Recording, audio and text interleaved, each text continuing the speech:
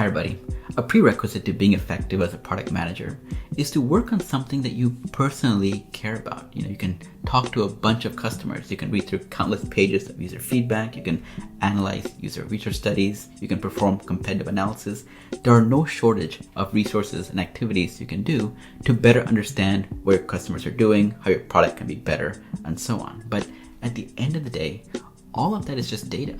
It is up to you to take all that data and form insights that define how you evolve your product. How do you solve the biggest problems your users are highlighting? Now, the bigger question is, how do you build those insights? How do you build deep empathy with your users and your customers? How do you feel the pain they feel when they're performing a task that your product can be better at? How do you feel the joy they feel when your product does something exactly the way it should and it solves the problem very, very elegantly? The best way to do all of this is if you can personally relate to the problem your product is solving. Understanding the problems without actually feeling the effects of those problems personally is the equivalent of, let's say, reading books or watching videos on swimming without ever actually stepping into the water.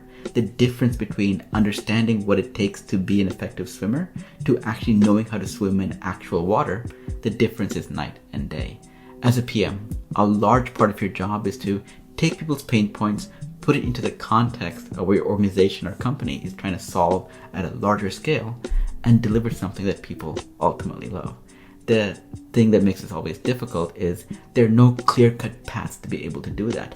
The best insights that can really improve how your products are resonating with your users, they come from the accidental discoveries that you often make, and you only have a higher chance of making those accidental discoveries if you're personally invested in the problem space.